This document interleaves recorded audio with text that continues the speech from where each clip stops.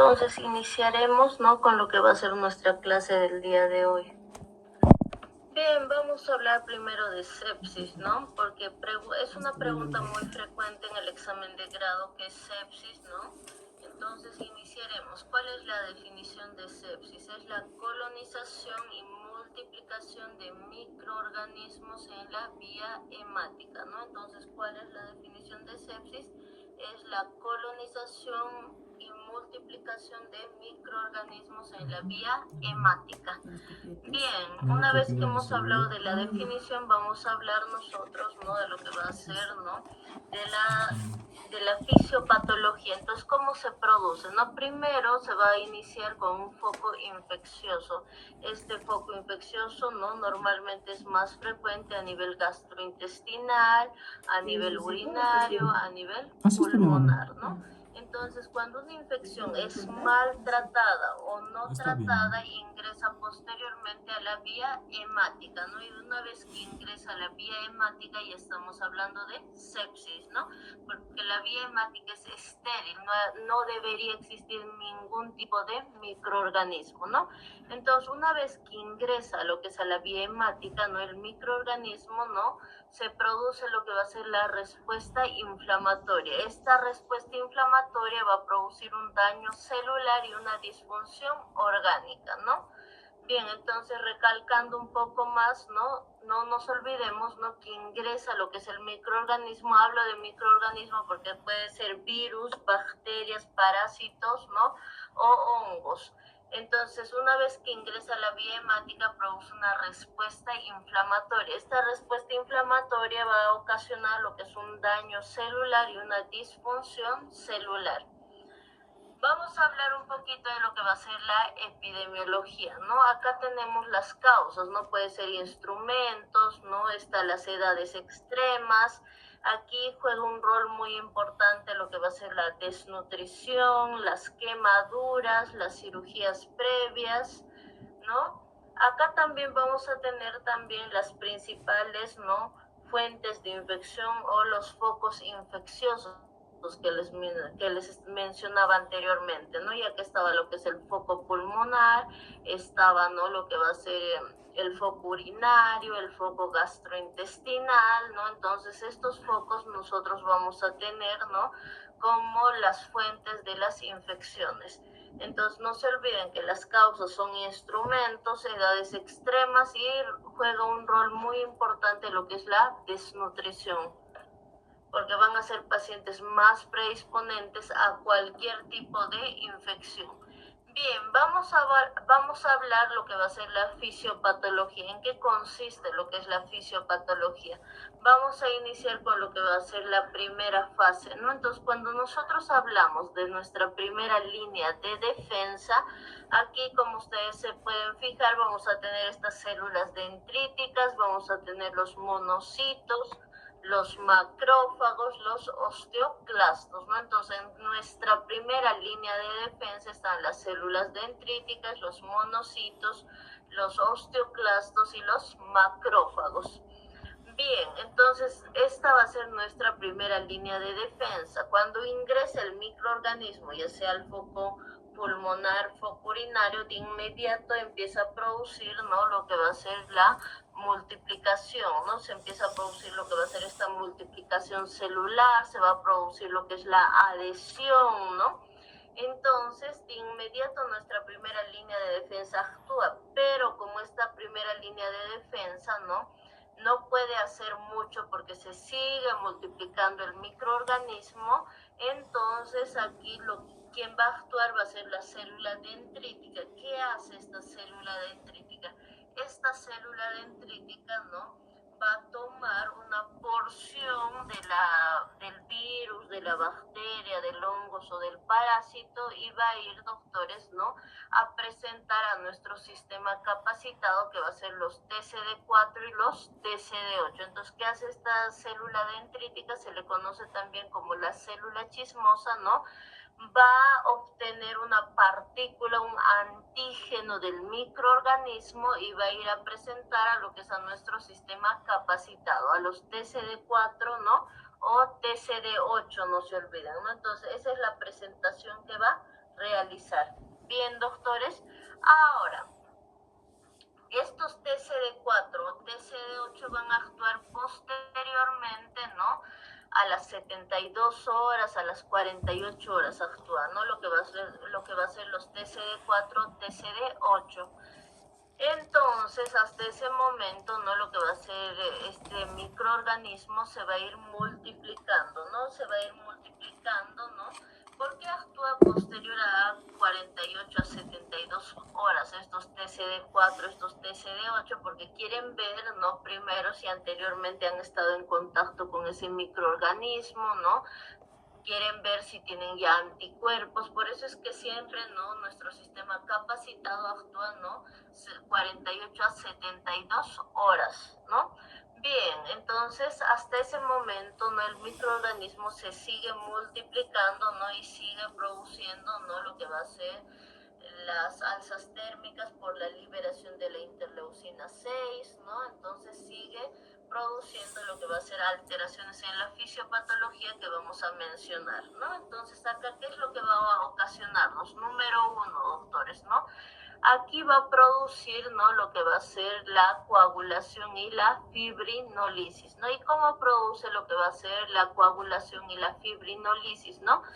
Acá tenemos que tomar en cuenta, ¿no? Que va a producirse lo que va a ser la permeabilidad a nivel del endotelio. Entonces, ¿cómo se produce la permeabilidad a nivel del endotelio, no? Entonces se empieza a producir como mecanismo de compensación lo que va a ser la coagulación y la fibrinolisis y la producción de las cininas, ¿no? Entonces, ¿qué es lo que vamos a tener? Vamos a tener lo que va a ser la permeabilidad, ¿no? Del endotelio, y como tenemos lo que va a ser la permeabilidad del endotelio, ¿no? ¿Qué se va a producir? Se va a producir, ¿no? Como mecanismo de compensación la fibrinolisis, ¿no? Se va a producir la coagulación, la fibrinolisis y la producción de las cininas. Además, ¿no? Todo proceso inflamatorio va a conllevar a la liberación de las prostaglandinas, ¿no? Y aquí, doctores, no se va a producir lo que va a ser un ciclo anaerobio. ¿Qué quiere decir un ciclo anaerobio? Quiere decir que las células, ¿no? Aquí no están obteniendo de manera normal lo que va a ser la energía, porque la energía, ¿no? Normal es a través del ciclo de Krebs, ¿no? Aeróbico, ¿no? Entonces ahorita, por ejemplo, nosotros cómo estamos obteniendo energía o están obteniendo nuestras células, ¿no? Por el ciclo de Krebs, ¿no? Aeróbico. Pero aquí, ¿qué sucede? Aquí se va a producir lo que va a ser el ciclo de Krebs anaeróbico, ¿no? Bien, entonces acá cómo se está produciendo, ¿no? Lo que es la energía a través del ciclo de Krebs anaeróbico, ¿no? Y aquí, ¿no? Se empieza a utilizar lo que va a ser, pues, el catabolismo muscular, ¿no? Se empieza a realizar lo que va a ser la lipólisis de las grasas. Entonces, ¿qué se realiza? El catabolismo muscular, la lipólisis de las grasas, ¿no? Aquí se va a empezar a liberar, ¿no? Lo que va a ser el cortisol, la adrenalina. Esto se va a empezar a producir en el cortisol. El cortisol es un potente antiinflamatorio en nuestro cuerpo. Entonces, ante un estrés, ante un proceso inflamatorio, se empieza a liberar grandes cantidades de cortisol y de adrenalina, ¿no? Entonces eso nosotros debemos tomar en cuenta en la fisiopatología. ¿Y qué tiene que ver la PCR? No, la proteína C reactiva aumenta, triplica, cuadruplica su valor normal, ¿no? Sobre todo en procesos inflamatorios, ¿no? Entonces, repasando súper rápido para quienes han ingresado, ¿no? Tarde a la clase, un poquito tarde, ¿no? Vamos a tener nuestra primera línea de defensa, ¿no? Hemos mencionado que teníamos las células dendríticas, los monocitos, los macrófagos y los osteoclastos. Eso es nuestra primera línea de defensa. Entonces, cuando ingresa un microorganismo, esta primera línea de defensa, ¿no? Son nuestros soldaditos que actúan de inmediato. Bien, entonces, como esta primera línea de defensa, no puede, ¿no? Proteger, ¿no? Porque se sigue multiplicando, se sigue dividiendo estos microorganismos, ¿no? Hablo de microorganismos porque puede ser virus, parásitos, hongos, ¿no? Entonces esta célula dendrítica osmosa va a obtener una pequeña partícula, ¿no?, del microorganismo y va a ir de inmediato, ¿no? Por eso se le conoce, ¿no?, como las células presentadoras, ¿no? Va a ir a presentar a nuestro sistema capacitado, ¿no? Entonces ese antígeno, ¿no?, esa partícula de ese microorganismo, lo va a presentar a los TCD4 y a los TCD8, pero estos TCD4 y TCD8 actúan posterior a 48 a 72 horas. Primero quieren ver si han estado anteriormente, ¿no?, en contacto con esta partícula, ¿no?, con este germen, ¿no? Entonces actúan, ¿no?, posterior a 48 a 72 horas. Y hasta ese momento, ¿no?, se sigue produciendo lo que va a ser la multiplicación, ¿no?, a nivel de la vía hemática de este microorganismo, ¿no? Entonces, ¿qué va a producir? Va a producir lo que va a ser una lesión, como dice acá, la lesión del endotelio. Esto aumenta la permeabilidad capilar, ¿no? Entonces, como hay un aumento de la permeabilidad capilar, es como una tubería que va a presentar huequitos, ¿no?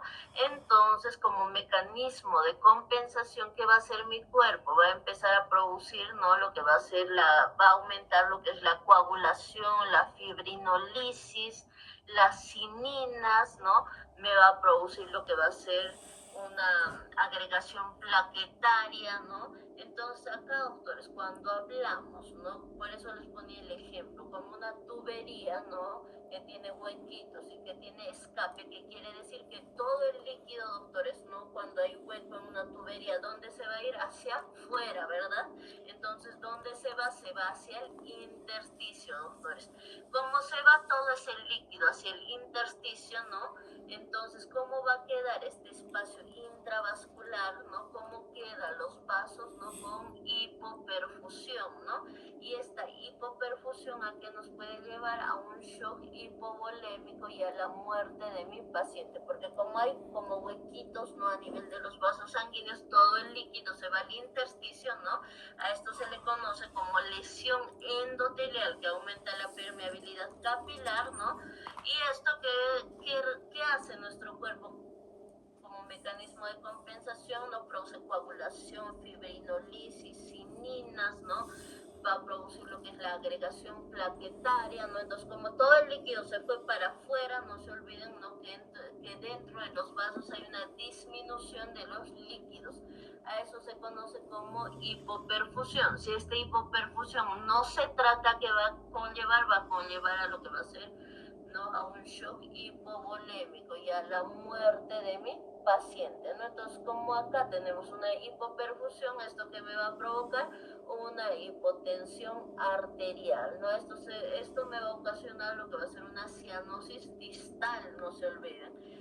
Entonces aquí que se va a producir lo que es la vasodilatación y vamos a tener el aumento de lo que va a ser el óxido nítrico, ¿no? Entonces esto es un poquito de la fisiopatología que espero que hayan entendido, doctores, que les quería mencionar. Ahora me dirán, ¿por qué está hablando de sepsis? Porque sepsis ingresó al examen de grado y es un tema que ingresa bastante en pacientes pediátricos. En adultos no ingresa, doctores, pero sí bastante en pacientes pediátricos, no se olviden, ¿no? Ahora, ¿por qué es más, no, frecuente en pacientes pediátricos? Número uno, doctores, no tienen un sistema inmunológico maduro, no tienen todavía una buena cantidad de anticuerpos, no nos olvidemos, doctores, ¿no? Entonces, todos los anticuerpos que obtiene un paciente pediátrico, un recién nacido, es de la madre, ¿no? Entonces, más o menos, ¿no?, al año recién el paciente pediátrico forma sus propios anticuerpos, ¿bien? Entonces, ¿nosotros con qué vamos a llegar al diagnóstico, no? Y siempre me preguntan, ¿cómo llegamos al diagnóstico? Si me toca en el examen de grado o cómo yo voy a mencionar, ¿no? Entonces, en ese caso, doctores, como nosotros mencionamos, ¿no? Nosotros vamos a mencionar gracias a lo que va a ser a los criterios de SIRS, no se olviden, ¿no? Entonces, aquí, doctores, ¿no?, en los criterios de SIRS, nosotros ¿qué vamos a evaluar? Vamos a evaluar, ¿no?, todo lo que va a ser extremo, ¿no? Entonces, en los criterios de SIRS vamos a evaluar lo que va a ser la temperatura, ¿no? Entonces aquí vamos a evaluar, número 1, doctores, lo que va a ser la temperatura, ¿no? Los criterios de CIRS, que va a ser cuando hablo de extremos, ¿no? Que va a ser menor a 36 grados centígrados, que quiere decir una hipotermia, ¿no? Y el otro extremo es la fiebre, ¿no? Mayor a 38 grados centígrados, mayor a 38 grados centígrados. Aquí también va a estar lo que va a ser los leucocitos, vamos a evaluar los extremos, que quiere decir, ¿no? Que si tenemos una leucocitosis mayor a 1200, ¿no? Células por milímetro cúbico, ¿no? Si tenemos una leucocitosis mayor a 1200 células por milímetro cúbico, ¿no? Estaríamos hablando, ¿no? De una leucocitosis aumentada. Ahora, vamos a hablar de lo que es una leucopenia cuando es menor a 4000 células por milímetro cúbico. Hablamos de lo que va a ser una leucopenia cuando es menor a 4000 células por milímetro cúbico. Bien, entonces aquí también evaluamos lo que es la frecuencia respiratoria, doctores, ¿no? Es muy importante evaluar lo que va a ser la frecuencia respiratoria, que va a estar aumentada, ¿no? Entonces aquí la frecuencia respiratoria va a estar aumentada. Bien, aquí también vamos a evaluar lo que va a ser la frecuencia cardíaca, ¿no? Aquí lo que va a ser la frecuencia cardíaca va a estar mayor a 90 latidos por minuto, no se olviden. La frecuencia cardíaca va a estar mayor a 90 latidos por minuto. Entonces, cada uno de estos criterios de CIRS vale un punto, ¿no? La frecuencia cardíaca un punto, la frecuencia respiratoria un punto, la temperatura vale un punto, ¿no? O sea, lo que va a hacer si está con hipotermia, ¿no? Si está con fiebre, la leucocitosis vale un punto, ¿no? Entonces, cada uno de lo descrito vale un punto, doctores. Entonces, basta que nosotros tengamos, ¿no? Lo que va a ser 2 puntos para hablar de lo que va a ser de CIRS, ¿no? De una respuesta inflamatoria sistémica, y esto me estaría indicando que mi paciente tiene una sepsis. Entonces, en el examen de grado, ¿cómo voy a yo enfocar, no? Número 1, colocan pues alzas térmicas, ¿no? En 2 oportunidades, ¿no? De 38 grados centígrados, 39 grados centígrados, ¿no? Y acá también vamos a indicar lo que va a ser la alteración de la conciencia del paciente pediátrico, ¿no? Entonces acá ya estaría hablando de una sepsis, y además refiere, colocamos, ¿no?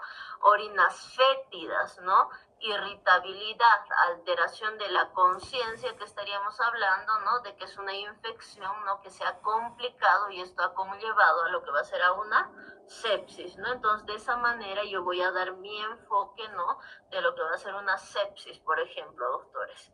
Bien, ahora nosotros vamos a hablar de lo que va a ser la sepsis precoz, ¿no? Y de lo que va a ser la sepsis tardía, ¿no? Cuando nosotros hablamos de lo que es sepsis precoz, nos estamos haciendo referencia, ¿no?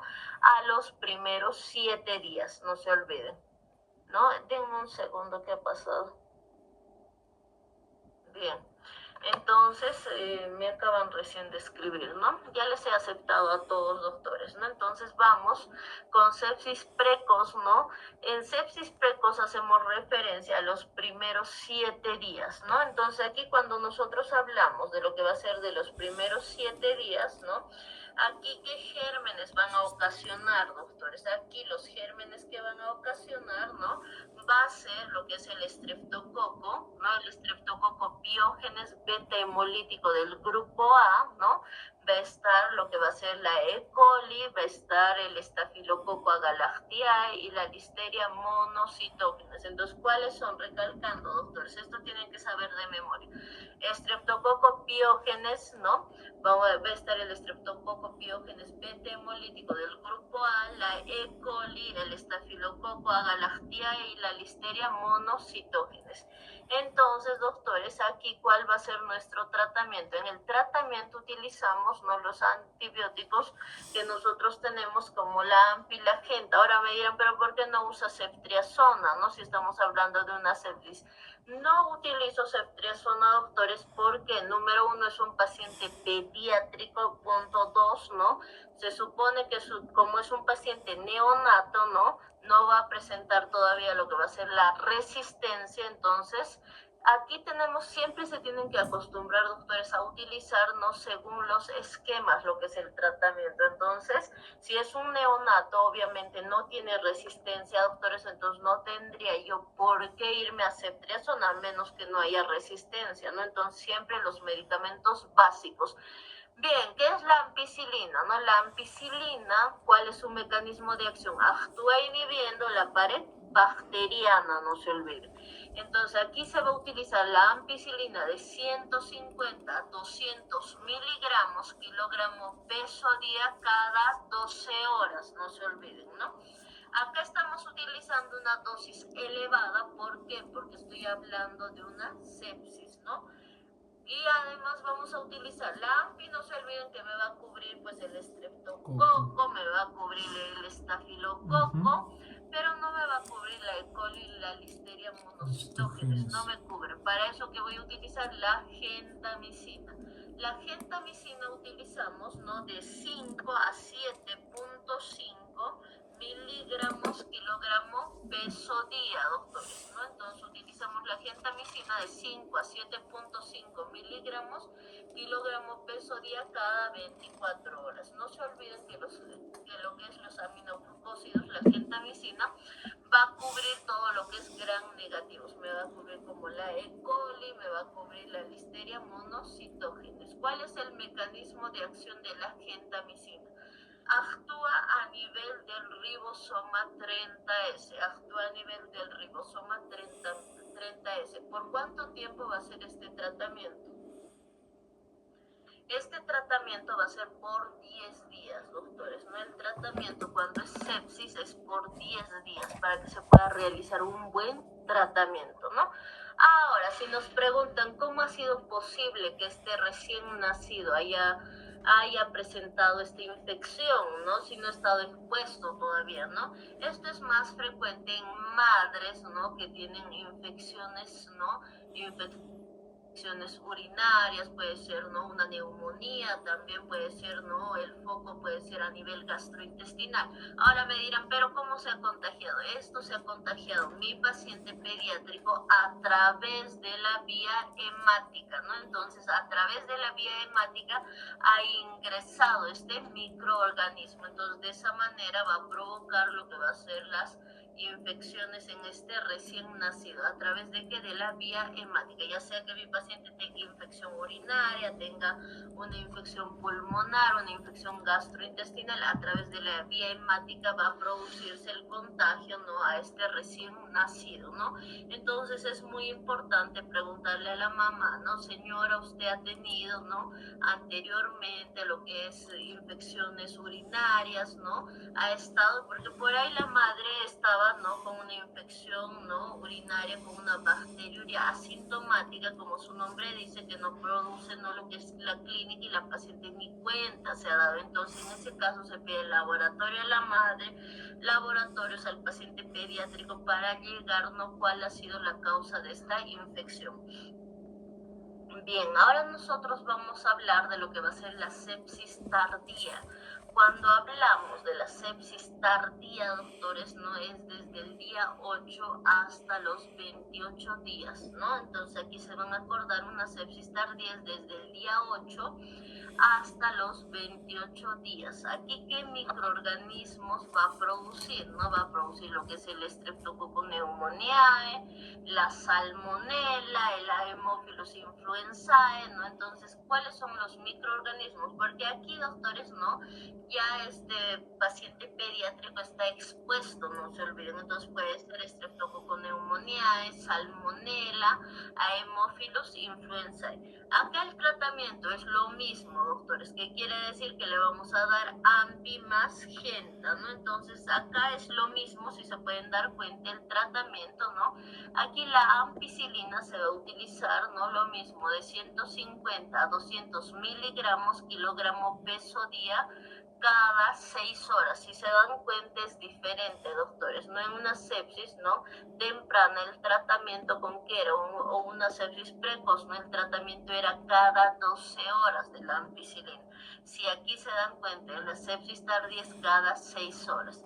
La gentamicina, si hablamos de la sepsis precoz, era cada 24 horas. En la sepsis tardía va a ser de 5 a 7.5 miligramos kilogramo peso día cada 12 horas, ¿no? ¿Y por cuánto tiempo va a ser la internación? La internación, doctores, ¿no?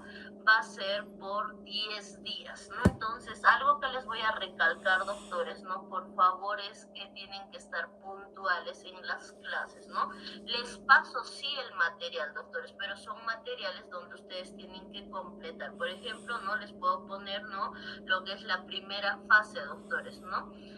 De nuestra primera línea de defensa, que me describan en la diapositiva y algunas preguntas, ¿no? Por eso es que las clases son obligatorias conmigo, tienen que asistir. Por ejemplo, los criterios de SIRS no están acá en las diapositivas, doctores, tampoco están los mecanismos de acción de los medicamentos. Bien, doctores, ahora vamos a pasar a un tema que ha ingresado bastante al examen de grado. Les he hecho un resumen, doctores, ¿no? Y ha sido TORCH, les diré, ingresó bastante, doctores. Les preguntaron, ¿no? Varias preguntas finas. Entonces les voy a compartir, doctores, ¿no?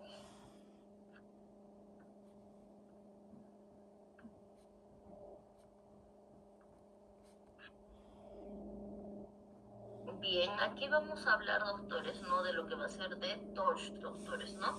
Les comento que he ingresado bastante lo que es TORCH, no es súper preguntado, sobre todo en pediatría. Entonces vamos a empezar, doctores, por las cosas puntuales que tienen que saber, ¿no? Acá, ¿qué tienen que saber? Primero vamos a empezar, ¿no? La descripción de TORCH, ¿no? TORCH está conformado por toxoplasmosis, en otras la patología más importante es la sífilis. Vamos a tener lo que va a ser la rubiola, el citomegalovirus y herpes. Vamos a empezar por lo que va a ser la toxoplasmosis. Está causada por el Toxoplasma gondii, ¿no? ¿Qué es el Toxoplasma gondii? Es un parásito intracelular, ¿no? Ahora, este parásito intracelular no se encuentra en los mamíferos como reservorio, entre ellos el hombre, ¿no? En particular, ¿no? Los que tienen, ¿no? El hábito de ingerir carne poco cocida, ¿no? Esta carne que a muchos nos gusta, que va a ser la carnecita de 3/4, ¿no? Ahora, ¿cómo se produce lo que va a ser la transmisión, ¿no? La transmisión va a ser a través de lo que va a ser la vía hematógena, no se olviden, ¿no?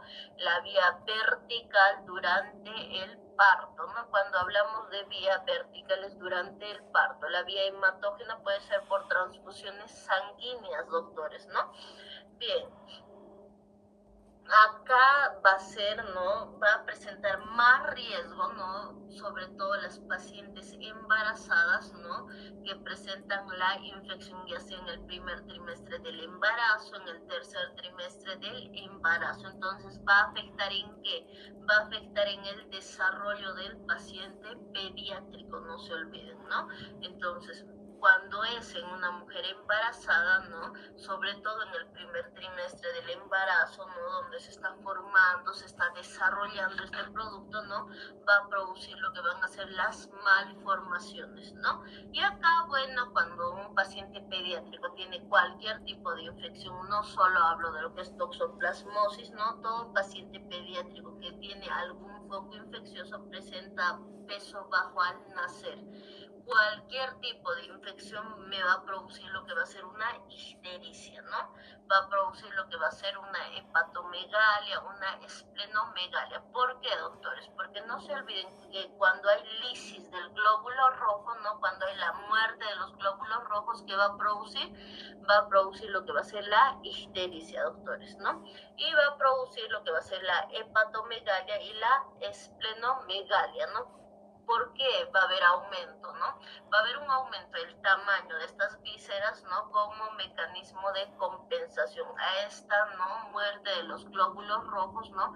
Quieren compensar. Por eso es que tenemos, ¿no? Lo que es la hepatomegalia y la esplenomegalia. Y además acá se va a presentar la anemia. Claro que va a haber anemia porque hay muerte de los glóbulos rojos. Eso me produce ictericia, anemia, ¿no? Bien, doctores, acá nosotros nos vamos a ir, ¿no? A lo puntual, a lo que les van a preguntar en el examen de grado. Y esto que está de rojo, doctores, ¿no?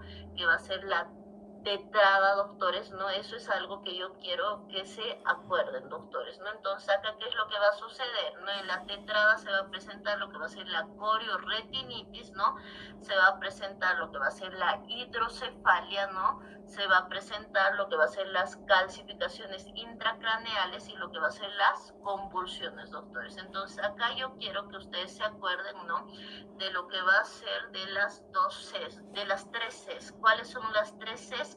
La corioretinitis, doctores, no vamos a tener la corioretinitis, vamos a tener las calcificaciones intracraneales, las convulsiones y la hidrocefalia. Entonces, ¿se acuerdan de las tres Cs más la H, doctores, ¿no? Entonces, esa tetrada es pregunta de examen de grado. Bien, ¿cómo se hace el diagnóstico? El diagnóstico va a ser por serología y esta serología sobre todo se realiza en lo que va a ser los controles prenatales, ¿no? ¿Qué se les pide en los controles prenatales, doctores? Siempre se les va a pedir, ¿no? Lo que va a ser serología para toxoplasmosis. Bien, ¿cuál va a ser el tratamiento? Depende, doctores, ¿no? Si es positivo, ¿no? La madre, depende si es positivo la madre, doctores, ¿no? Y se presenta lo que son los síntomas, ¿no? Entonces, si ya nació el recién nacido, ¿no? Ya tenemos al neonato, se le va a realizar, ¿no? Lo que es serología para toxoplasmosis y se le va a realizar, ¿no? Obviamente la serología va a ser una IgG, ¿qué quiere decir IgM, doctores? No es la infección del momento, la infección del ahora, doctores, ¿no? Entonces se van a acordar qué serología pido, IgM de momento. IgG ya es infección pasada, doctores. Entonces pedimos una tomografía, vamos a pedir lo que va a ser, ¿no? La serología IgM para toxoplasmosis. Y es en la tomografía donde se puede observar estas calcificaciones intracraneales, doctores, ¿no? Entonces aquí, doctores, ¿no? Si se presenta durante el embarazo o se presenta, ¿no? O se hace el diagnóstico posterior, ¿no? En el neonato, el tratamiento va a ser con la sulfadiazina. Pregunta de examen de grado. El tratamiento es con la sulfadiazina de 100 miligramos kilogramo peso día vía oral por un mes. Entonces el tratamiento con qué va a ser con sulfadiazina de 100 miligramos kilogramo peso día vía oral por un mes. Eso es suficiente que ustedes sepan. Ahora, doctores, les voy a mencionar, y no es necesario que memoricen, también se va a tener lo que es la pirimetamina, ¿no? La pirimetamina de 1 miligramo kilogramo peso día vía oral por un mes, ¿no? Entonces, normalmente, doctores, lo que se hace es intercalar, ¿no? Lo que es la pirimetamina, ¿no? Con lo que va a ser, ¿no? Con la espiramicina, ¿no? Entonces, se combina lo que es la pirimetamina con la espiramicina de 40 a 70 miligramos kilogramo peso día por un mes hasta completar el año de tratamiento, doctores, ¿no? Entonces, esto se utiliza por un año. La sulfadiazina es solo por un mes, doctores, ¿no? La diferencia es abismal. Con que sepan la sulfadiazina más que suficiente, doctores. Esto no. Y además no se olviden que estos medicamentos no hay en Bolivia, doctores. ¿Qué quiere decir? Que la madre tiene que comprarlo de manera privada y tiene que mandarlo a traer de Argentina, de Europa, doctores. No hay acá. No cubre lo que es el sistema del SUS. ¿Y cuál es el pronóstico de este paciente pediátrico? No es catastrófico, doctores, ¿no? Porque va a presentar, ¿no? Lo que va a ser ceguera a la edad de 9 años, doctores. Es por eso estos pacientes de inmediato, ¿no? Cuando se tiene el diagnóstico se hace referencia a oftalmología, ¿no? ¿Para qué, doctores, se hace la referencia a oftalmología? Para que le den corticoides, ¿no? Para que al menos pueda seguir viendo, ¿no? Siga con la visión hasta los 12 años, 13 años, doctores, ¿no? Porque sí o sí que va a producir lo que va a ser la ceguera, ¿no? Por eso siempre a las mujeres embarazadas que les indicamos, doctores, ¿no? Que tienen que desparasitar a los gatos, ¿no? Entonces eso es muy importante, ¿no? Hacer la prevención. Bien, vamos a hablar de lo que va a ser la sífilis, doctores, ¿no? Y esto es preguntado en el examen de grado, ¿bien? Primero, la sífilis está causada por ¿quién? Por el treponema pallidum, ¿no? Bien, entonces no se olviden, está causado por quién, por el treponema pallidum, ¿no? Aquí, doctores, les he mencionado, ¿no?, que cualquier recién nacido que esté infectado, ¿no?, que va a presentar bajo peso al nacer, si es durante el embarazo se puede producir lo que va a ser el aborto, el óbito fetal. La transmisión, ¿no?, va a ser vertical, ¿no? Vertical se refiere al parto, la lactancia materna. No es que la leche tenga, ¿no?, lo que es sífilis, no, la leche es estéril, ¿no? Sino que sobre todo cuando son mamás primerizas, ¿no?, al lactar que se forma lo que son las grietas, ¿no? Y por esta grieta que se puede producir el sangrado. Entonces, como hay sangrado a través de esa grieta, puede producir, ¿no?, va a contaminar a este paciente pediátrico. Bien, o la sífilis no tratada durante el embarazo, doctores, ¿no? Entonces, la sífilis, hay muchas pacientes que son asintomáticas, les diré. Por eso en el control prenatal pedimos BDRL, RPR, ¿no? Que es muy importante, les diré, porque son las pacientes asintomáticas, doctores, ¿no? Incluso lo confunden, ¿no?, con lo que va a ser una dermatitis, doctores, ¿no? Bien, entonces vamos a hablar, no nos vamos a enfocar a lo que es pediatría, doctores. Bien, acá en la clínica ya sabemos, todo paciente que tiene cualquier tipo, doctores, de infección presenta hepatomegalia, esplenomegalia, presenta lo que es ictericia, anemia, ¿no? Entonces, esto, si es que no se acuerdan algunos detalles para ganar tiempo, pueden ir mencionando en el examen de grado.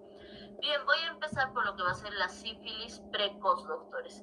Aquí, lo que es la sífilis precoz, por favor, tienen que conocer de memoria, doctores. Es muy importante. Y aquí tenemos lo que va a ser la sífilis tardía. Cuando hablamos de sífilis precoz, como su nombre dice, es menor a 2 años. Aquí se va a presentar grandes cantidades de espiroquetas y son altamente contagiosos, ¿no? Se va a presentar en la clínica, ¿no?, lo que va a ser la periostitis, osteocondritis, ¿no? Va a haber, ¿no?, una afectación a nivel del sistema osteoarticular. Entonces, ¿qué vamos a tener? Periostitis, vamos a tener lo que va a ser la osteocondritis. Bien. Aquí también se va a presentar, doctores, ¿no?, lo que va a ser este exantema maculopapular. Vamos a poder observar algo que es característico, ¿no?, lo que va a ser este exantema, ¿no?, maculopapular, y el pénfigo a nivel de la palma de las manos y de la planta de los pies, ¿no? Entonces, ¿qué vamos a observar? Este pénfigo, doctores, ¿no?, que pueden observar acá en la imagen a nivel, ¿no?, de la planta de los pies, podemos observar ahí, doctores, ¿no?, y a nivel de lo que va a ser la planta de las manos, ¿no? Entonces, eso es el famoso pénfigo palmar y plantar, que es lo que quiero que ustedes mencionen en el examen de grado, ¿no? Y acá también, ¿no?, como datito, doctores, ¿no?, la corioretinitis, ¿no? La corioretinitis, ¿no? De ahí lo demás es externo, que va a presentar la neumonía alba, ¿no? Entonces, lo principal, quiero periostitis, osteocondritis, pénfigo palmar y plantar, la corioretinitis. Eso presenta en la sífilis precoz, ¿no? Y tiene gran cantidad de espiroquetas, por eso es altamente contagioso.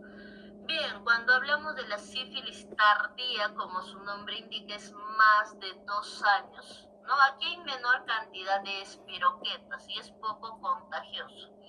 Bien, acá nosotros vamos a poder observar, ¿no?, lo que va a ser, ¿no?, las encías de mora, doctores, ¿no? Vamos a observar nuestras encías de mora, molares de mora, ¿no?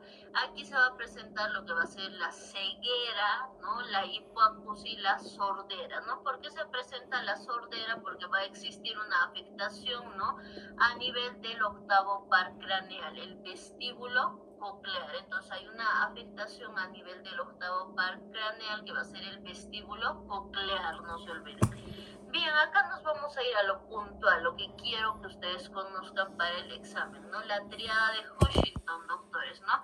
Esta tríada de Huntington se caracteriza por una queratitis intersticial, que quiere decir hay una afectación a nivel de la córnea, los dientes de Huntington, ¿no?, que es como en cerradura, doctores, ¿no?, los dientes de Huntington, y la sordera neurosensorial. ¿Por qué tenemos la sordera neurosensorial? Porque hay una afectación del octavo par craneal, que es el vestíbulo coclear, doctores, ¿no?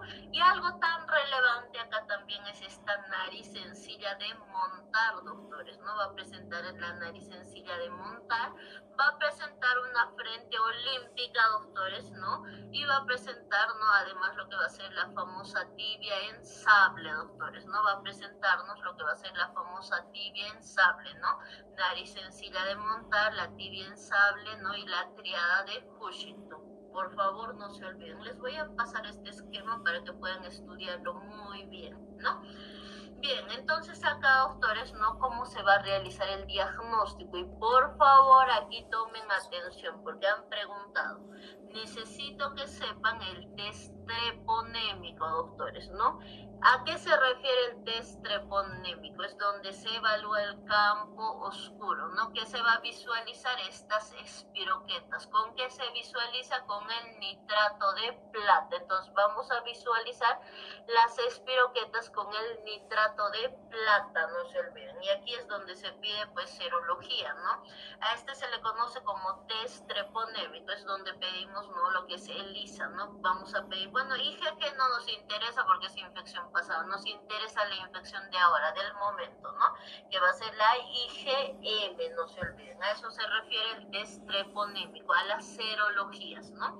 Bien, cuando hablamos del test no treponémico, doctores, ¿no? Como acá podemos ver, del test no treponémico, aquí va a estar lo que es la PDRL. ¿Qué significa PDRL? Significa, ¿no? Significa enfermedades venéreas de transmisión sexual, ¿no? Entonces, ¿qué significa PDRL? Que fue pregunta de examen de grado, significa enfermedades venéreas de transmisión sexual. La PDRL es cualitativo, la RPR es cuantitativo. Entonces acá no vamos a tener lo que son las diluciones, ¿no? 1/4, 1/8, 1/16. Acá lo único que van a doblar, doctores, abajo. 1/4, 4 más 4, 8. 1/16, 8 más 8, 16, 1/32, 1/64. Eso me está indicando que mi paciente es positivo, ¿no? Para la sífilis. Bien. Acá, doctores, ¿no? También podemos ver lo que va a ser rayos X, doctores, de fémur, de tibia, que vamos a poder observar una tibia en sable, doctores, ¿no? Podemos observar la periostitis y la osteocondritis.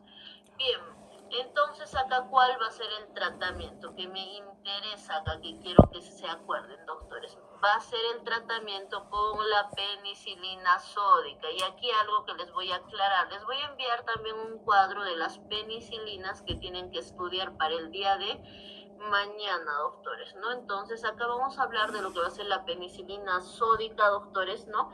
Acá quiero que solo se acuerden de sódica, doctores, no quiero que se confundan, ¿no? Entonces la sódica o la cristalina es las únicas, doctores, que se pueden pasar por vía EB. Ahora, la procaínica se puede utilizar, pero es traumático. Imagínense, ¿no? Recibir, ¿no? Por 10 días intramuscular, pobre paciente pediátrico, ¿no? Entonces, solo quiero que se enfoquen en penicilina sódica o su otro nombre que es cristalina, ¿no? Que se le va a pasar de 50.000 unidades internacionales, kilogramo peso día, ¿no? 2 dosis diarias, ¿no? En la mañana y en la noche, que quiere decir cada 12 horas por 10 días, doctores. Imagínense qué traumático, doctores, que este paciente reciba, no el paciente pediátrico, no, cada 12 horas inyecciones en la mañana y en la noche por 10 días, ¿no? Pobres nalguitas. Entonces, no, doctores, quiero que se acuerden solo de lo que es la penicilina sódica. Procaínica no vamos a mencionar. Bien. Ahora, si mi paciente, doctores, no está asintomático, ¿no? Mi pacientito pediátrico está asintomático, ¿no? No hay espiroquetas, doctores, ¿no? No está elevado lo que son las espiroquetas, ¿no? O prácticamente no hay. En esas excepciones se utiliza la penicilina benzatínica, doctores. La penicilina benzatínica es intramuscular. No tenemos benzatínica vía EB. Lo único que tenemos es intramuscular, doctores, ¿no? Bien, entonces acá cuánto se le va a dar 50.000 unidades internacionales, kilogramo peso día, dosis única. Y aquí a modo de repaso un poco en la madre, ¿no? Traten por favor de no ingresar tarde, doctores, ¿no? Les voy a agradecer. Estamos, entonces por esta vez les voy a pasar que estén ingresando muy tarde, doctores, ¿no? Tienen que ser puntuales, por favor, porque a partir de las 7:30 normalmente ya no acepto en las clases, doctores, ¿ya? Bien, entonces acá en la madre, ¿no? Bueno, voy a repasar un poquito, porque esto a detalle lo llevamos en gineco, pero a modo de repaso, doctores, ¿no? Entonces, cuando nosotros hablamos de lo que va a ser la sífilis primaria, ¿no? Porque tenemos los estadios, ¿no? De la sífilis, tenemos lo que es la sífilis primaria, secundaria, ¿no? Tenemos la latente temprana, ¿no? Entonces, ¿cuál va a ser el tratamiento en mujer embarazada, no embarazada? Es la penicilina benzatínica. Ojo, es de 2.400.000 unidades internacionales, dosis única intramuscular, ¿no?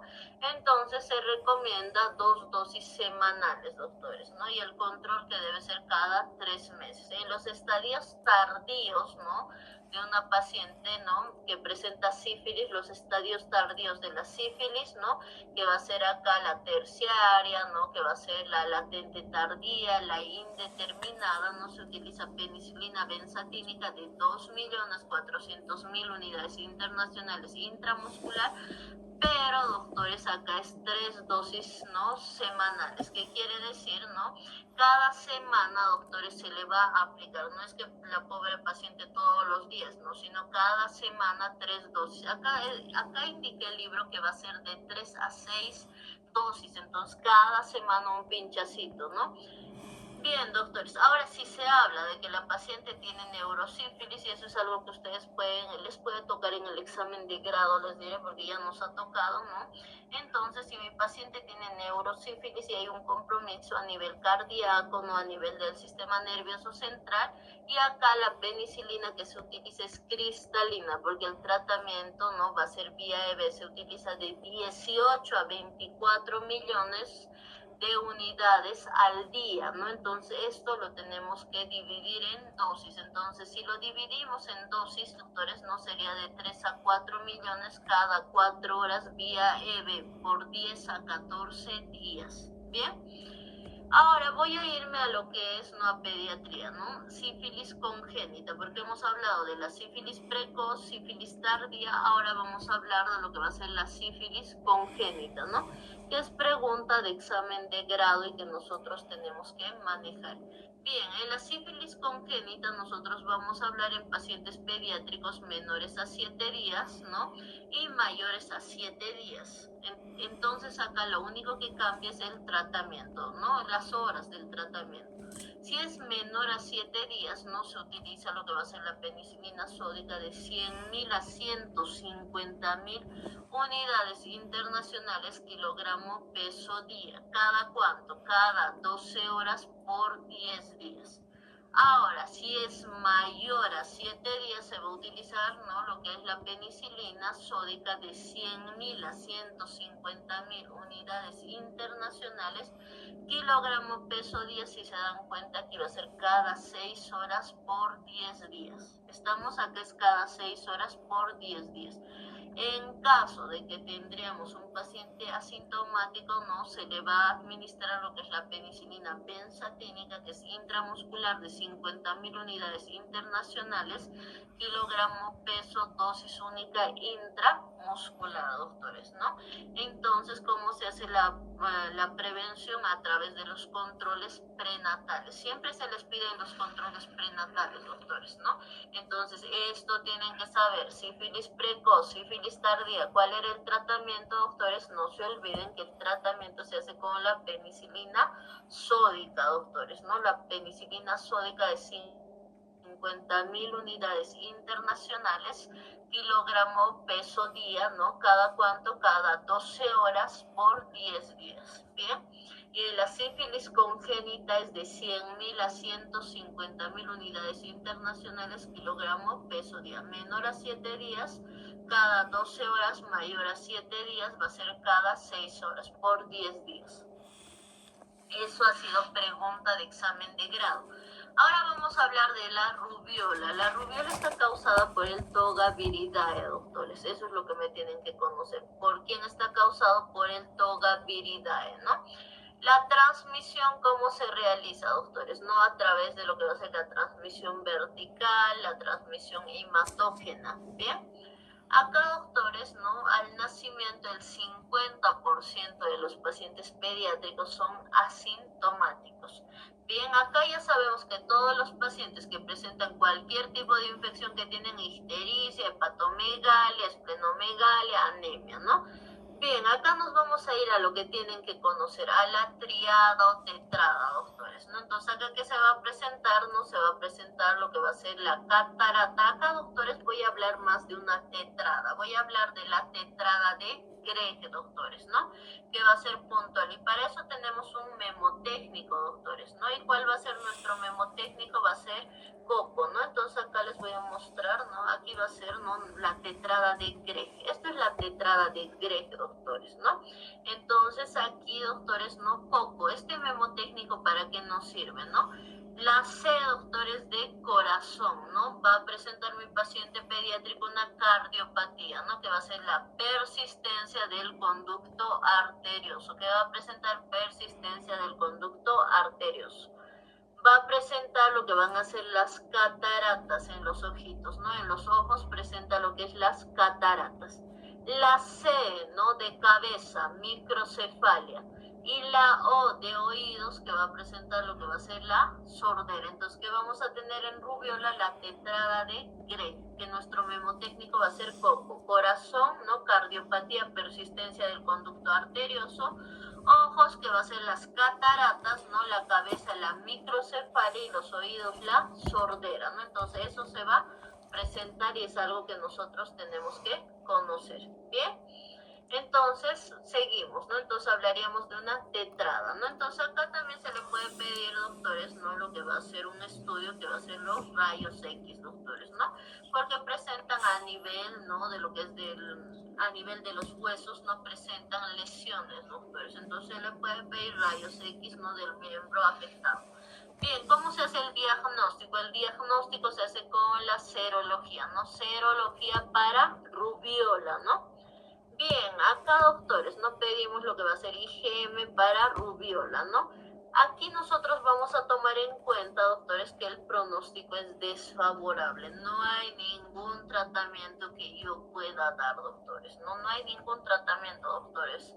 Entonces aquí lo único que tenemos es la prevención, la vacuna contra lo que va a ser la SRP, que está en el PAI, ¿no? Contra lo que va a ser sarampión, rubiola y parotiditis, ¿no?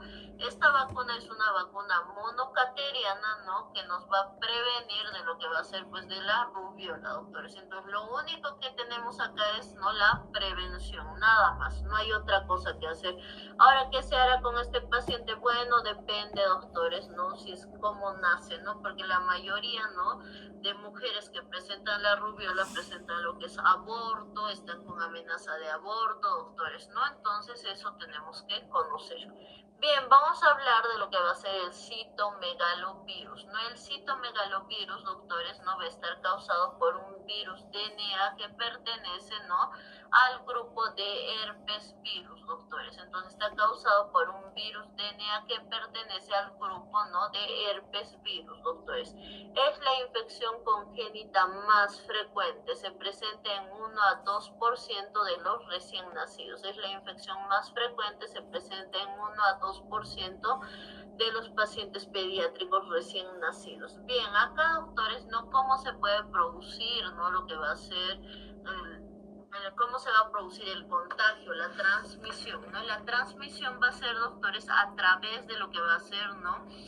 Vertical, ¿no? A través del parto, ¿no? Va a ser a través de la vía hemática, ¿no? Puede ser a través, ¿no? De lo que va a ser de la lactancia materna, pero no es por la leche, doctores, sino es por las grietas que se formen en los pezones y esto produce lo que es un sangrado, ¿bien? Acá, doctores, nos vamos a ir a la clínica. Ustedes ya saben, ictericia, petequias, hepatomegalia, esplenomegalia. Y acá me voy a ir a lo puntual, a la tetrada que nos interesa y que sí es pregunta de examen de grado. Aquí vamos a tener lo que va a ser la microcefalia. Se va a presentar lo que va a ser la corioretinitis, y aquí están presentes las calcificaciones periventriculares. Aquí va a estar presente lo que va a ser la calcificación periventricular, la sordera, ¿no? Entonces esto vamos a tener en nuestra tetrada, no se olviden. Bien, ¿cómo se hace, doctores, lo que va a ser el diagnóstico? Con serología, ¿no? Entonces pide serología, ¿no? Y de esa manera, para citomegalovirus, vamos a realizar el diagnóstico, ¿no? ¿Cuál va a ser el tratamiento? El tratamiento, aquí sí tenemos tratamiento, nos indica el libro, ¿no? Que va a ser el ganciclovir, pero a Bolivia no llega el ganciclovir, pero que sí tenemos el aciclovir, ¿no? El aciclovir de 20 miligramos kilogramo peso día, doctores. Se anotan, por favor, el aciclovir de 20 miligramos kilogramo peso día, ¿no? ¿Cada cuánto se les va a dar? Cada 8 horas por 5 días. Cada 8 horas por 5 días. Bien, entonces eso tenemos que conocer. Bien, ahora vamos a hablar, doctores, ¿no? De lo que va a ser el herpes, ¿no? Entonces acá sabemos que el herpes está causado por el herpes virus tipo 2, ¿no? Entonces aquí lo vamos a subrayar. Está causado por el herpes virus tipo 2, ¿no? ¿Cómo se produce lo que va a ser la transmisión, ¿no? La transmisión es por contacto sexual, ¿no? Aunque no es frecuente. Entonces aquí se va a presentar lo que es la contaminación en este producto, ¿no?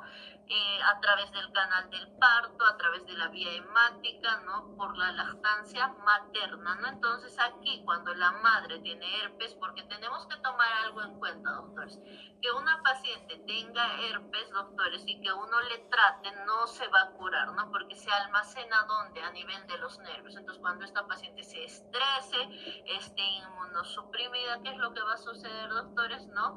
Que se va a activar lo que va a ser este herpes. Entonces el herpes, doctor, es algo que ustedes tienen que mencionar siempre a sus pacientes, ¿no? Es que no tiene cura, porque si no, que va a decir, ay, la doctora me ha dado tratamiento y otra vez estoy mal y no me ha curado. Hay que explicarles, ¿no? Que no tiene cura, ¿no? Eso número uno. Y en este tipo de pacientes que tienen herpes directamente, doctores, no se programa la cesárea a la semana 38, a la semana 39 del embarazo, doctores, ¿no? Pues sí o sí se tiene que programar, ¿no? Entonces acá, doctores, ¿no? Si no se programa y ha sido a través del canal del parto, ¿no? A las 48 horas del nacimiento empiezan a presentar lo que van a ser estas erupciones, ¿no? Vesiculares, doctores, sobre todo a nivel de la cara, que es lo que va a estar más en contacto, ¿no? En el mecanismo de trabajo de parto. Entonces presentan erupciones vesiculares, ¿no? A nivel de la cara, microcefalia, y si nosotros hacemos una tomografía presentan calcificaciones cerebrales, presentan lo que es la corioretinitis, ¿no? Ahora, si no se trata, ¿no? A tiempo este paciente, ¿no? Entonces que va a presentar una meningoencefalitis fulminante, ¿no? O puede presentar una depresión neurológica, ¿no? Entonces, ¿qué quiere decir esto? Retraso mental, convulsiones o coma pueden presentar, ¿no? Y como les mencionaba, está acompañado de ¿qué? De vesículas cutáneas, ¿no? Y de queratoconjuntivitis, o sea que va a producir daño además a nivel de la córnea, doctores, ¿no? Entonces, ¿cómo se hace el diagnóstico? El diagnóstico aquí se hace por serología para herpes tipo 2. Entonces, una vez que nosotros hacemos lo que va a ser la serología para herpes tipo 2, ¿no? O puede ser a través de lo que va a ser cultivo en orina, puede ser salival, se puede tomar muestra del líquido cefalorraquídeo, ¿no? Entonces se va a realizar lo mismo, el tratamiento con aciclovir de 20 miligramos kilogramo peso día cada 8 horas por 5 días, ¿no? Entonces ese va a ser el tratamiento, doctores. Eso es lo que tienen que conocer respecto a lo que es TORCH. Esto es lo más importante, lo más puntual que les he mencionado. Bien. Ahora vamos a hablar de un tema que es bonito, doctores, ¿no? Que ingresa bastante, ¿no? Al examen de grado. Vamos a hablar de micronutrientes, ¿no? Para que descansen un poquito. Bien, entonces acá, doctores, ¿qué es el IEPI? Que es pregunta de examen de grado. No se olviden, doctores, que el IEPI no es la atención integral de enfermedades prevalentes de la infancia. Entonces, ¿qué es IEPI? Es atención integral de enfermedades prevalentes de la infancia. Aquí nosotros vamos a hablar de lo que son las chispitas, no todos conocemos las chispitas, ¿no? Que hemos repartido, ¿no? Sobre todo cuando hemos hecho el servicio rural, ¿no? Entonces aquí, doctores, no se empieza a darles las chispitas mayores a los 6 meses hasta los 2 años, ¿no? Se les da un sobre por día, administramos 60 sobres cada año. Entonces, ¿cuánto se les administra? Se les administra lo que va a ser 60 sobres cada año, ¿no? La madre tiene que darle un sobre por día. ¿Qué contiene las chispitas? Las chispitas contienen lo que es la vitamina C de 30 miligramos, el hierro de 12.5 miligramos de cilitro, ¿no? La vitamina A de 300 microgramos y el zinc de 5 miligramos. ¿Qué contiene entonces? Esto tienen que saber de memoria. Vitamina C de 30 miligramos, hierro de 12.5 miligramos de cilitro, la vitamina A de 300 microgramos y el zinc de 5 miligramos. Eso por favor de memoria. Vamos con el NutriBebé, doctores. ¿Para qué se da el NutriBebé? Es para prevenir la desnutrición, ¿no? Crónica y talla baja. Para eso se da el NutriBebé. Ahora, si les preguntan qué contiene el NutriBebé, ustedes pueden mencionar todito el abecedario, ¿ya? ¿Qué contiene? Vitamina A, contiene vitamina B, contiene vitamina C, D, contiene lo que va a ser la vitamina E, contiene lo que es zinc, contiene lo que es hierro, contiene lo que va a ser la vitamina A, ¿no? Entonces contiene lo que es altamente en proteínas, ¿no? Entonces contiene el NutriBebé todo, doctores, absolutamente todo, ¿no? Se les da a partir de los 6 meses, ¿no? Cuando ya comparten de la olla común, doctores, ¿no? Se les da a partir de los 6 mesecitos hasta los 2 años, ¿no? Se les va a entregar, doctores, ¿no? Cada mes nosotros les entregamos, ¿no? 2 bolsas, ¿no? De NutriBebé, ¿no? Entonces, cada mes damos 2 bolsitas de NutriBebé. Preguntan en el examen de grado, doctores, ¿no? Porque la IEPI pertenece al programa, ¿no? ¿Cómo se prepara, ¿no? Entonces, se prepara en 100 ml de agua, de yogur, ¿no? Con 25 miligramos, ¿no? Un copito se le va a colocar, ¿no? De lo que va a hacer, porque vienen con sus copos los NutriBebés, sino una cuchara sopera, ¿no? De 25 miligramos, ¿no? Entonces se coloca, ¿no? A una solución de 100 ml de agua y de yogur, ¿no? Tiene que estar como un puré, ¿no? Se mezcla y se le da al paciente pediátrico, por eso es un multivitamínico. Bien, vamos a hablar del jarabe de hierro. ¿Para qué le damos el jarabe de hierro? Es para prevenir lo que va a ser la anemia. ¿Por qué?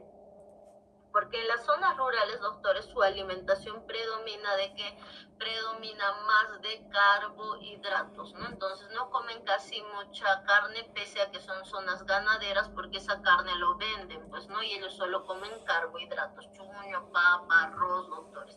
Por eso es que es más frecuente que estos niños presenten anemia. Por eso es, ¿no? Que se les da el jarabe de hierro, ¿no? De 2 a 3 años se le va a dar 3 frascos, ¿no? De 2 a 3 añitos se les da 3 frascos, ¿no? Que les va a durar durante 90 días, ¿no? Tiene que tener una duración de 90 días, ¿no? Que serían, ¿no? 3 meses, ¿no? Entonces acá se les da 25 gotitas cada día. ¿Estamos? Bien, de 3 a 5 años ya se les va a administrar, ¿no? 4 frascos se les va a entregar, ¿no? Y aquí se les va a administrar, ¿no? 30 gotitas cada día. Aquí la administración va a ser 30 gotitas cada día. Y estos 4 frascos tendrían una duración, ¿no? Para 120 días, ¿no? Bien, vamos a hablar del ACLU, doctores, ¿no? Que yo creo que alguno de ustedes ya debió probar, debió comer, doctores. Este es el ACLU, el alimento listo para el uso. Son como las barritas de maní, que son súper dulces, doctores, ¿no? Entonces, el ACLU se utiliza de 6 meses a 23 meses. En palabras sencillas, doctores, menores a 1 año se les va a dar un sobre, doctores. Cada sobre, ¿no? Nos aporta con 100 calorías. Entonces, cada sobre, ¿con cuánto va a realizarnos el aporte? El aporte va a ser con 100 calorías. ¿Bien? Ahora, mayores menores a 1 año, que va a ser de 2 a 5 años, ¿no? Se les va a administrar 2 sobres, ¿no? 2 sobres, uno en la mañana y en la noche, ¿no? Entonces aquí se estaría aportando con 200 calorías, si es uno en la mañana y uno en la noche. Bien, vamos a hablar de lo que va a ser el zinc. El zinc y la vitamina A siempre se les da, ¿no? En cualquier tipo de infección, ya sea una EDA, ¿no? Ya sea una neumonía. Bien, ¿qué hace el zinc, doctores? ¿No? El zinc estimula lo que es el sistema inmunológico. En menores de 1 año se les va a dar, ¿no? Media cucharilla, que es igual a 2.5 ml, que sería 10 miligramos por 14 días. Entonces, menores a 1 año no va a ser de 2.5 ml, que sería igual a 10 miligramos por 14 días. En mayores a 1 año se les va a dar una cucharilla, que sería igual a 5 ml, ¿no? 20 miligramos por 14 días. ¿Hasta qué edad se les da el zinc, la vitamina A? Hasta los 5 años, doctores. Solo hasta los 5 años, ¿no? Y la vitamina A, doctores, ¿no? Es un regenerador epitelial, ¿no? Entonces, la vitamina A, que es un regenerador epitelial. Menor a 1 año se les va a dar 100.000 unidades internacionales, dosis única, y mayores a 1 año, 200.000 unidades internacionales, dosis única, ¿no? Entonces, ese va a ser el tratamiento. Bien, entonces estos micronutrientes debemos conocer, doctores, tienen que conocer. Bien, ahora vamos a pasar a otro tema, doctores, ¿no? Que es la parasitosis, que tienen que conocer, ¿no? Entonces he tratado de hacerlo en esquemas, porque si les doy como tal con diapositivas, doctores, se me van a perder y se van a aburrir, ¿no? Porque tengo en diapositivas también, les comento, ¿no? Entonces prefiero con esquemas, con flashcards, que es puntual, ¿no? Bien, empezaremos. ¿Qué es la parasitosis, no? La parasitosis no es una condición clínica en la que un parásito se instala en el cuerpo de un huésped, ¿no? Generalmente afectando su salud al nutrirse de él o dañando sus tejidos. Bien, en pediatría las infecciones parasitarias son comunes, especialmente en áreas con malas condiciones sanitarias. Algo que se van a acordar, doctores, ¿qué es parasitosis? Porque esta definición es muy larga, ¿no? Parasitosis es todo ser vivo que vive, ¿no? A costa de otro ser vivo parte o toda su vida, doctores, ¿no? Entonces, ¿qué es la parasitosis? No es todo ser vivo que vive parte o toda su vida, ¿no? A través, ¿no? O en otro ser vivo. No se olviden, eso es una definición puntual. Bien. Aquí vamos a hablar, ¿no? De la clasificación de los parásitos, ¿no? Que vamos a tener, lo que van a ser los protozoarios, doctores, ¿no? Tenemos los protozoarios, que son organismos unicelulares, ¿no? Que pueden causar infecciones en diversos tejidos del cuerpo, ¿no? Cuando hablamos de los helmintos, no, son organismos multicelulares que usualmente afectan el tracto gastrointestinal. Bien, doctores, ¿no? Vamos a iniciar, ¿no? ¿Cómo se hace el diagnóstico? El diagnóstico en todo lo que va a ser, doctores, parasitosis, se hace con el coproparasitológico, no se olviden, ¿no? Donde se va a poder identificar los huevos, las larvas, los trofozoitos en las heces, ¿no? Bien, acá nosotros vamos a iniciar, doctores, ¿no? En caso, ¿no? En caso de que fuera extraintestinal, que es frecuente que se presente sobre todo en el chapare, doctores, no es frecuente que hagan la referencia cuando hablamos, ¿no? Por ejemplo, para uno de los exámenes de grado, les comento haciendo un poquito de detalle, ingresó un paciente pediátrico que era proveniente, ¿no? Del chapare, ¿no? Entonces, acá el paciente pediátrico que tenía, doctores, ¿no? Tenía, ¿no? Lo que es una hepatomegalia, que era característico, doctores, a la percusión, ¿no? Presentaba, ¿no? Lo que es dolor abdominal y deposiciones, doctores. Acá, ¿por qué vino? Vino por lo que es una convulsión, doctores, ¿no? Vino por convulsión, ¿no? Entonces, aquí, ¿no? Justo esos días estaban dando exámenes de grado mis alumnos y me decían, doctora, ¿por qué cree que presenta esta clínica? Porque el paciente estaba aún en estudios, le estaban realizando distintos exámenes, ¿no? Y ya era su examen de grado, ¿no? Entonces, lo primero que yo pensé no es de dónde es proveniente, del chapar. Entonces dije, me decían, ¿por qué tiene hepatomegalia? Debe tener dengue, hepatitis. Dije, podría ser hepatitis, ¿no? Pero yo me voy más por la zona endémica, doctores, ¿no? Aquí era una parasitosis. Y sobre todo yo dije, no debe ser, ¿no?, una entoameba histolítica, y esto me está produciendo que una hepatomegalia. Y estábamos en lo cierto, doctores, ¿no? Porque yo decía, hepatitis no creo, dije, porque ya está 4 días con la clínica y bueno, como es viral ya se tendría que resolver, ¿no? Dengue tampoco, dije, no, imposible, dije. Entonces me fui más, doctores, ¿no?, a lo que era, ¿no? Porque me fui más a lo que era un absceso hepático, ¿no? Que por eso estaba, ¿no?, la hepatomegalia, ¿no? Porque un día antes les hago repasos, ¿no? Obviamente tiene un costo, ¿no? Pero un día antes sí les hago a quienes les voy a acompañar un repaso con todos los pacientes. Les hago realizar historias clínicas de todos los pacientes, ¿no?, de la clínica que les ha tocado. Bien, vamos a empezar entonces. Aquí cuando nosotros hablamos, doctores, ¿no?, del tratamiento, ¿no?, ya sabemos que va a involucrar lo que va a ser antiparasitarios. Y eso les voy a mencionar de acuerdo a cada uno, ¿no?, a cada una de las patologías. Primero tenemos que saber si es protozoario, si es helminto. Y aquí algo que ustedes tienen que manejar. El quiste es la forma infectante, porque eso es pregunta de examen de grado. El quiste es la forma infectante. El trofozoito es lo que va a producir la patología. El quiste es lo que uno pues no se contamina, ¿no?, en los alimentos, al tomar una agua que no es potable, ¿no? Y el trofozoito es quien me produce la enfermedad. ¿Qué quiere decir? Ingresa, ¿no?, lo que es el quiste y posteriormente a nivel del intestino, ¿qué sucede? Eclosiona, ¿verdad? Entonces esto me va a producir, doctores, la liberación del trofozoito y la enfermedad. Bien, vamos a empezar, doctores, ¿no?, por lo que va a ser, acá voy a empezar, ¿no? Primero voy a empezar por lo que va a ser por los protozoarios, doctores. Entonces, estoy empezando por los protozoarios. Aquí vamos a tener, ¿no?, lo que va a ser la amebiasis, ¿no? Vamos a hablar de lo que va a ser la amebiasis, ¿no? Voy a hablar en lo que va a ser los protozoarios, doctores. Voy a mencionar lo que va a ser la Giardia lambia.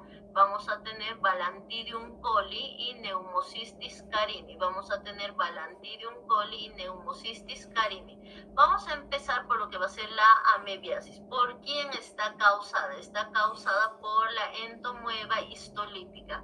¿Cuál va a ser la etiología? La etiología es fecal oral, no se olviden. Entonces, ¿por quién está causada? Por la entomoeba histolítica. La etiología es fecal oral. La transmisión es por agua contaminada, por alimentos, ¿no? ¿Dónde va a afectar, doctores? Va a afectar, ¿no?, el intestino grueso, no se olviden, afecta el intestino grueso y me va a producir lo que va a ser un absceso hepático. Ahorita les voy a explicar de acá de un momento, ¿no?, cómo se produce este absceso hepático, doctores, ¿ya? Y en la clínica se va a presentar lo que va a ser esta diarrea acuosa de mala absorción. Y acá, doctores, les estoy poniendo memotécnicos, porque si ustedes revisan lo que son los libros de pediatría que indican, ¿no?, que el tratamiento va a ser de 30, ¿no?, a 50 miligramos, ¿no? Y se puede utilizar metronidazol, secnidazol, doctores, pero no les quiero confundir. Necesito, ¿no?, memotécnicos que les ayuden a ustedes a recordar para el examen de grado, ¿no? Entonces, el tratamiento, ¿cuál va a ser, doctores? Va a ser el metronidazol, ¿no? ¿De cuánto? De 30 miligramos kilogramo peso día. Algo que me tienen que mencionar para los exámenes de grado siempre es en pediatría, no 30 miligramos kilogramo peso día. Yo no puedo decir 30 miligramos, nada más. En pediatría no, doctores. Nombre completo de los fármacos. Bien, acá, ¿cuál es el mecanismo del metronidazol? No actúa inhibiendo, doctores, ¿no?, lo que va a ser la síntesis de ácido fólico. Entonces, ¿cuál es su mecanismo de acción del metronidazol? Actúa inhibiendo, ¿no?, lo que va a ser la síntesis del ácido fólico, ¿no?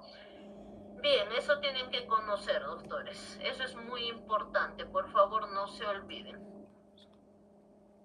Ahora vamos a hablar de lo que va a ser la Giardia, ¿no? La Giardia está causada por la Giardia lambia, ¿no? La etiología es fecal oral, ¿no? Se da sobre todo por agua contaminada o alimentos contaminados, ¿no? La afectación se va a producir a nivel del intestino delgado, no va a ser a nivel de lo que va a ser del intestino grueso, va a ser a nivel del intestino delgado, ¿no? No tiene forma extraintestinal, ¿no? Y en la clínica va a producir este síndrome disentérico, ¿no? El síndrome de mala absorción, ¿no? El tratamiento, ¿cuál va a ser? Metronidazol de 30 miligramos kilogramo peso día, cada 12 horas por 3 días, doctores. Ojo, es 3 días, cada 12 horas. Nunca se da cada 8 horas, doctores, porque les va a producir, ¿no? Lo que va a ser las náuseas, los vómitos en el paciente pediátrico y dolor abdominal y se les va a deshidratar. Nunca se da, doctores. Pese a que en el libro dice que se puede dar cada 8 horas, no, se da cada 12, doctores. Bien, vamos a hablar acá de lo que va a ser Pneumocystis carini, ¿no? Esto se presenta sobre todo la etiología, ¿no? En personas que crían los cerdos, ¿no? En el criadero de cerdos va a ser la contaminación, ¿no? La transmisión, ojo, es a través de la vía aérea, ¿no? Aquí donde va a parasitar, parasita el intestino delgado, no se olviden, parasita el intestino delgado, no tenemos la forma extraintestinal, ¿no? Y en la clínica, ¿qué me va a producir? Fiebre, tos y insuficiencia respiratoria. Y ahorita les voy a explicar el porqué de todo esto.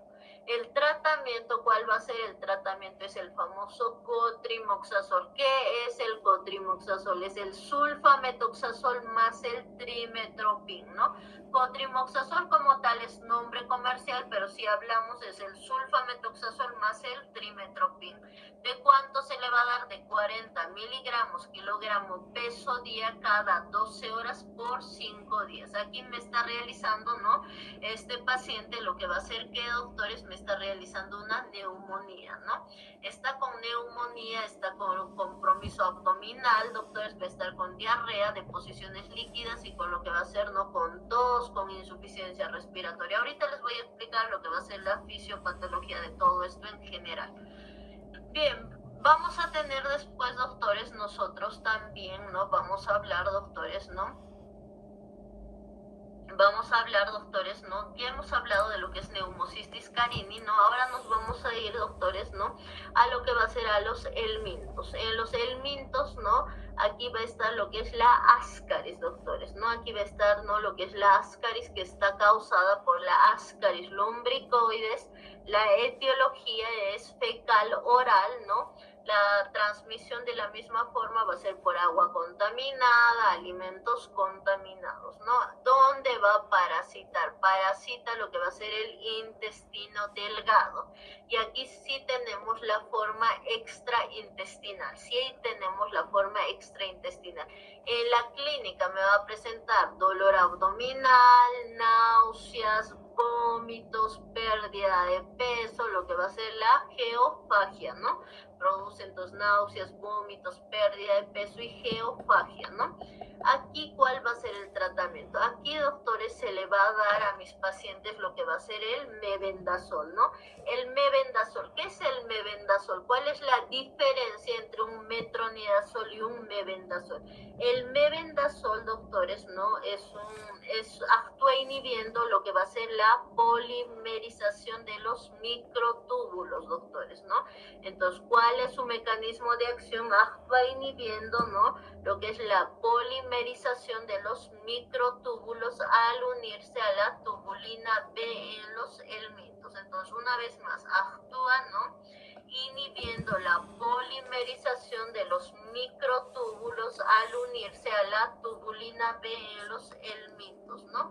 Esto interfiere, ¿no? En la formación del citoesqueleto del parásito, doctores. Entonces, esto interfiere en que en el citoesqueleto del parásito, ¿no?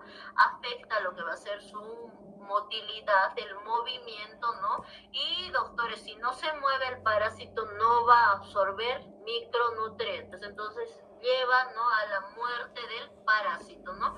Por eso es, doctores, ¿no? Esa es la gran diferencia, ¿no? De lo que va a ser el metronidazol y el mebendazol, ¿no? Entonces, ¿dónde actúa? Inhibiendo la polimerización de los microtúbulos al unirse a la tubulina B en los helmintos, ¿bien? Entonces eso tenemos que conocer. Bien, doctores, acá le vamos a dar mebendazol de 100 miligramos cada 12 horas. ¿Por cuánto tiempo? Por 3 días. Mebendazol de 100 miligramos cada 12 horas por 3 días. Ahora vamos a pasarnos, doctores, a lo que va a ser a la uncinaria, ¿no? Cuando nosotros hablamos de lo que va a ser la uncinaria, ¿no? Está causada ¿por quién? Por dos, doctores, ¿no? Por lo que va a ser por el Necator americano, ¿no? Que es de etiología americana, y el Ancylostoma duodenalis, ¿no? Que es de etiología europea. Entonces tenemos el Necator americano, doctores, ¿no? Que es proveniente de donde, de América, y el Ancylostoma duodenalis, que va a ser de Europa, ¿no? Bien, doctores, acá la contaminación, doctores, no puede ser oral, no puede ser oral fecal, no puede ser a través de lo que va a ser la vía cutánea, ¿no? Entonces puede ser oral fecal a través de la vía cutánea. Aquí parasita, ¿no? Lo que va a ser el intestino delgado, y si está presente en la forma extraintestinal. Entonces en la clínica tenemos la fase cutánea, tenemos la fase pulmonar y la fase intestinal. Bien, ¿a qué se refiere, doctores? Voy a hablar del tratamiento y voy a explicarles, ¿no? Entonces, aquí, doctores, el tratamiento es lo mismo, mebendazol de 100 miligramos cada 12 horas por 3 días. Bien, acá les voy a explicar, doctores, de esta fase cutánea, pulmonar, intestinal. Aquí vamos a hablar, doctores, ¿no? Primero de lo que va a ser del ciclo de los, ¿no? Entonces aquí tenemos una pacientita, doctores, ¿no? Que va a tener una contaminación oral fecal, o puede ser porque tiene una solución de continuidad a nivel de lo que va a ser de la piel, doctores. Entonces ingresa lo que va a ser al tracto gastrointestinal, doctores, ¿no? Y este quiste eclosiona, doctores, ¿no? Eclosiona el quiste, y que va a liberar esta larva, doctores, ¿no? Entonces ingresa como quiste y se libera lo que va a ser la larva, doctores, ¿no? Y acá, doctores, ¿no? A nivel de lo que va a ser, perdón, a nivel de lo que va a ser, ¿no? Del duodeno, porque tiene un tropismo, parasita lo que va a ser a nivel del intestino delgado, ¿no? Del duodeno, penetra a través de la mucosa y de la submucosa. Entonces vamos, penetra en la mucosa, en la submucosa del tracto gastrointestinal. Una vez que penetra, ¿no? En lo que va a ser la mucosa, submucosa, ¿no? Ingresa, doctores, ¿no? A la vía hemática, ¿no? Entonces, acá en el tracto gastrointestinal eclosiona, doctores, ¿no? Se libera la larva, penetra a nivel de la mucosa, de la submucosa, ingresa a la vía hemática, y una vez que está en la vía hemática, ingresa a lo que va a ser a través de la porta, ingresa a lo que va a ser al hígado, doctores. Entonces, a través de lo que va a ser de la vena porta, ingresa al hígado, y por eso es que en este ciclo de los, ¿no? Que van a presentar los pacientes, ¿no? Van a presentar lo que es el absceso hepático, presentan lo que es la hepatomegalia, no se olviden. Ahora, a través de la porta, ¿no? Ingresa lo que va a ser al corazoncito, ¿no? Y del corazón, ¿no? Va a ingresar a lo que va a ser a los pulmones, ¿no? Entonces ingresa la sangre al corazón, ¿no? Y el corazón, doctores, ¿no? Del ventrículo derecho, ¿no? Nace lo que es la arteria pulmonar, ¿no? Entonces del corazoncito del ventrículo derecho que nace lo que va a ser la arteria pulmonar, ¿no? Y esta arteria pulmonar, doctores, ¿no? Es la única que lleva, ¿no? Lo que va a ser la sangre desoxigenada, ¿no?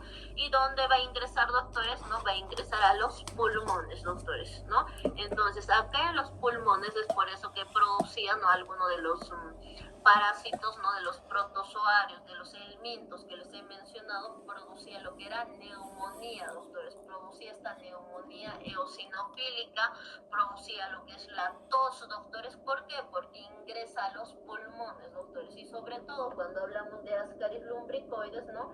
Ascaris, doctores, no es hablándolo así de manera tan vulgar, es como los tallarines, doctores, ¿no? Que la madre te va a decir, doctorita, ayer se salió por la boca de mi hijito, ¿no? Lo que va a ser, ¿no? El parásito, ¿no? O está, ¿no? Con las deposiciones con parásitos. Y esto es por el ciclo de los, doctores, es por el ciclo de los, doctores, ¿no? Entonces, una vez que llegó a los pulmoncitos, ¿no? Viaja a través de los bronquios, doctores, ¿no? Llega a la tráquea, ¿no? Y llega otra vez a la boca. Y ahí, doctores, ¿no? Se produce otra vez la deglución, y ahí ingresa otra vez, pero ahí ingresa a la fase extraintestinal, doctores, ¿no? Entonces, acá en los pulmoncitos, ¿qué sucede, doctores, no? Ingresa lo que va a ser a los bronquios, bronquiolos, ¿no? Ingresa a la tráquea, ¿no? Y llega otra vez a la boca, y aquí, ¿qué hace mi paciente? Deglute, doctores, ¿no? Y es aquí donde ingresa otra vez, doctores, al intestino, pero a esto se le conoce como fase extraintestinal, doctores, ¿no? Y es aquí donde los pacientes, ¿no? Y aquí vuelve a parasitar, doctores, ¿no? Y es aquí donde los pacientes, a través de las deposiciones, ¿no? Empiezan a contaminar al resto. Eso es un poquito de lo que es la fisiopatología. Esto es el ciclo de los doctores, ¿no? Este es el famoso ciclo de los doctores, ¿no? ¿Y qué es lo que sucede cuando ingresa por la fase cutánea? Supongamos esta paciente tiene una solución de continuidad a nivel del brazo, ¿no? Lo mismo. Ingresa directamente, doctores, ¿no? A lo que va a ser a la vía hemática, ingresa, ¿no? A lo que va a ser a la vía hemática, ¿no? Ingresa al hígado a través de la porta ingresa al corazoncito, ¿no? A lo que va a ser al corazón, ¿no? Y aquí, doctores, ¿no? Del ventrículo derecho, ¿no? La arteria pulmonar expulsa la sangre a los pulmones, ¿no? Y de esa manera se contamina lo que es los pulmones, ¿no?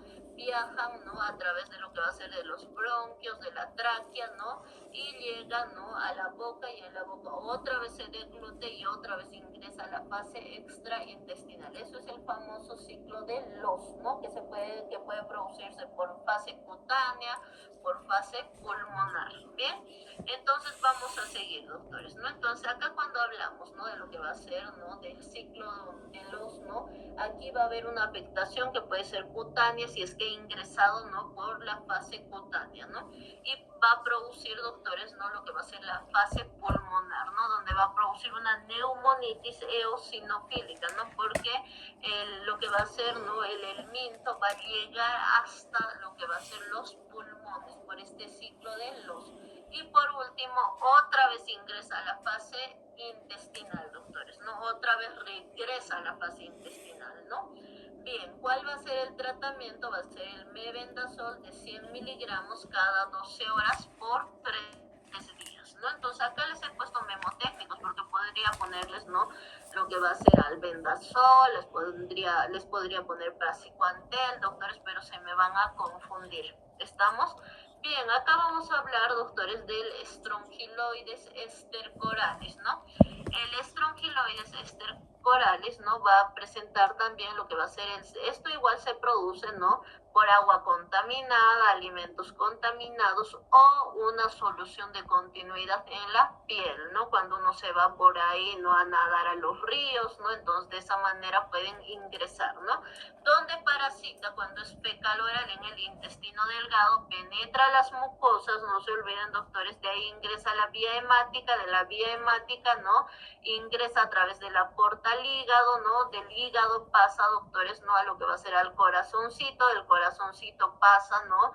A lo que va a ser al pulmón, del pulmón a través de los bronquios, de la tráquea, llega a la boca, otra vez se deglute e ingresa otra vez a la fase extraintestinal. Bien, tenemos la fase cutánea, la fase pulmonar, la fase intestinal, ¿no? ¿Cuál es el tratamiento? El mebendazol de 100 miligramos cada 12 horas por 3 días.